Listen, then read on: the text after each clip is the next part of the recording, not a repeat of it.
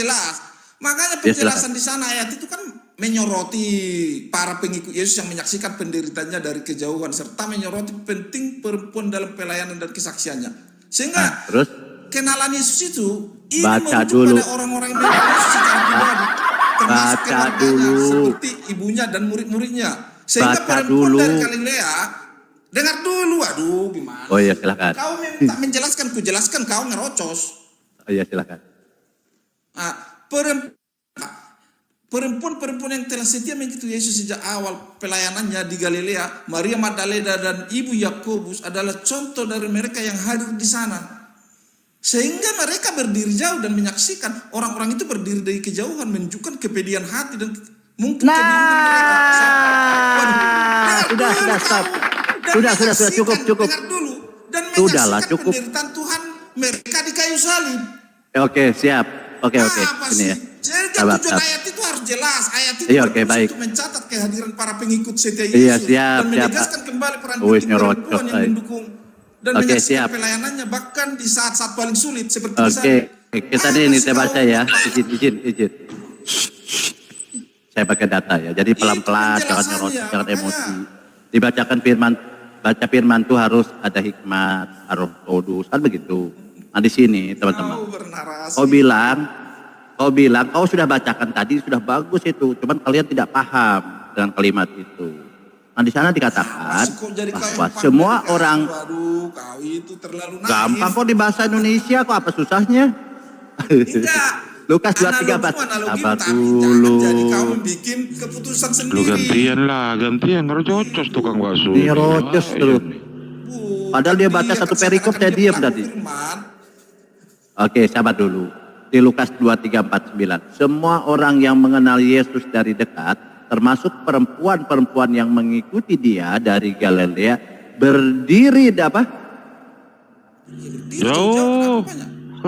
Jauh.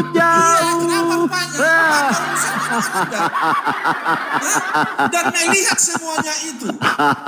Makanya jangan kau garang-garang bebas. Masa Bible bilang mengarang? Dia dari Galilea berdiri jauh-jauh dan melihat semuanya itu. Kau paham nggak? Berdirinya jauh-jauh kan? Wah, dan melihat semuanya jauh. Jadi ini mau lihat rakyat. Tadi Anda bilang bahwa dia bersaksi melihat.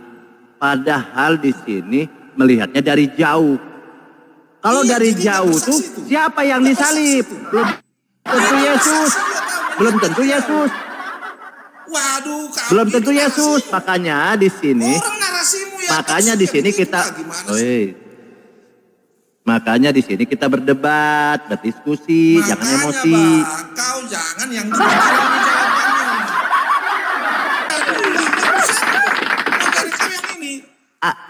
oke, jelas ya. Bahwa dia tidak menyaksikan dengan jelas, pastinya dari jauh. Dia bilang ditulis 2 kali loh. Jauh.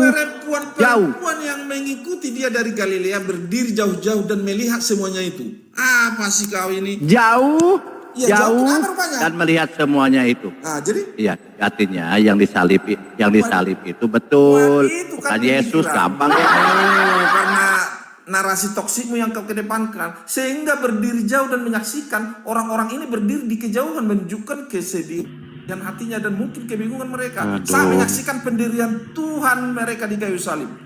Di ayat Anda itu kan sudah jelas bahwa yang lari terbirit-birit itu semua murid lari. Masa semua murid bisa melihat coba tampilkan Bang Bal. Semua murid lari terbirit-birit di situ. Waduh.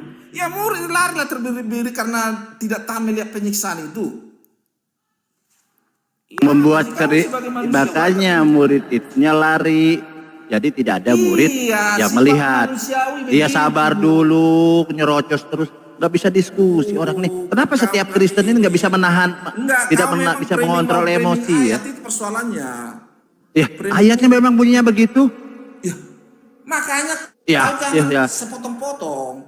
Jauh dan melihat semua itu. Dia disalib di mana itu? Ya di Gunung Golgota lah. Di mana Gunung Golgota? Bukit Golgota. Itulah tempat. Dia di mana Gunung Golgota? Waduh, di Gak ada tempatnya di Israel, gak ada Golgota. Aduh. Nggak ada. Oke, kita lanjut ya, ini sedikit ya. Makanya kalian ini harus Tengkorak, Bukit baca Tengkorak. pelan-pelan. Oke. Gimana Bukit Dia disalib di Mesir atau di Israel sana? Di Gunung Golgota. Golgota itu kan di mana berada Golgota itu dulu. Iya, di Mesir atau di sana? Di tempat Yahudi sana di Israel. Oke, baik. Saya pakai data sedikit ya. Sabar sedikit. Sebentar. Ini di Mesir, Bang. Di Mesir. Coba. Di Mesir datanya ada kok lihat di Wahyu 11 nomor 8. Dan mayat mereka akan terletak di atas jalan raya kota besar, bukan di Bukit Golgota, di jalan raya. Apa sih kau lah? Golgota itu di Yerusalem. Sabar dulu saya bacakan. Sabar dulu. Kenapa kalian ini tidak punya hikmat ya, gak punya adab. Dan mayat mereka akan terletak di Dan mayat mereka akan terletak di atas jalan raya kota besar yang secara rohani disebut Sodom dan Mesir, di mana juga Tuhan mereka disalibkan. Nah, jadi Tuhan kalian disalibkan di mana? Di Mesir. Bukit Di mana Golgota Tuhan itu berada di Yerusalem. Bukan di Mesir lah. Bukan di Mesir Bukit Golgota. Nah, ini bunyinya di Mesir. Ini tulisan Mesir, coba kamu lihat di depan. Makanya di mana? Loh, ini terus baca. Di mana? Kau nanya lagi di mana? Ini di Mesir. Di mana? Di mana? Di Mesir. Ini. Di Wahyu 11 nomor 8. Di mana? Makanya kalau orang ngomong itu saya tunjukkan, ini jangan nyerocos. Kelihatan kalian ini memang luar biasa pengikut iblis kalian ini. Dan mayat disiat. Dan di Mesir, di mana Tuhan mereka disalibkan. Yesus kau bilang disalibkan. Nah, Tuhan kalian. Dan mayat mereka akan terletak di jalan raya kota besar secara rohani disebut Sodom dan Mesir, di mana juga Tuhan mereka disalibkan. Di Mesir. Ketawa dia. Ayat itu Oh, nggak paham. Kau nggak paham. Terus yang disalibkan di sini siapa? Yang disalibkan di sini siapa? Dengar dulu. Yang jelas Yesus baca disalibkan aja, di jangan Bukit dengar. Golgota jangan dulu. Nah, ini Yesus ini di Mesir. disalibkan di Bukit Golgota di Yerusalem ya. Ini di Mesir. Wahyu. Dengar dulu, makanya dengar dulu biar saya jelaskan. Apalagi didengarkan ini? Iya biar kamu kan langsung Tulisannya Mesir dirubah Golgota ya. Waduh. Parah orang ini dirubah-rubah ayat. Itu menyatakan bahwa mayat dua nabi. Jadi nabi yang satu lagi mana? Coba. Dua nabi. Ini bukan nabi yang ini Tuhan. Bukan nabi yang disalibkan, Tuhan mereka disalibkan. Dua mayat terhampar di jalan raya kota Ini besar. yang disalibkan Tuhan. Waduh. Baca. Dengar dulu, dua mayat mereka akan terhampar di jalan raya kota besar, di mana Tuhan mereka disalibkan. Nama kiasan kota itu, Aduh, kiasan lagi. Nama kiasan kota itu ialah Sodom atau Mesir. Iya, kau harus terus? tahu makna simbolisnya kota besar itu. Ya ini nih Tuhan disalibkan ini. Waduh. Parah nih orang. Kan di sana udah ditaruh. Dua mayat mereka akan terhampar di jalan raya kota besar. Di mana Iya, Tuhan oke, mereka yang itu disalibkan. sudah oke. Ya kamu bahas ini Nama Tuhannya kiasan disalib. Sodom atau Mesir. Waduh. Iya betul, Tuhan mereka disalibkan. Lokasi Betul? penyaliban Tuhan di mana juga Tuhan mereka disalibkan itu di Gunung Golgota. Tuhan di mereka Yerusalem. disalibkan. Waduh. Iya di Gunung Golgota bukan Di Mesir ini kok rubah lagi? sehingga kota besar itu melambangkan tempat kejahatan besar atau Ah, Sodom. ngarang. Penindasan itu melambangkan Mesir.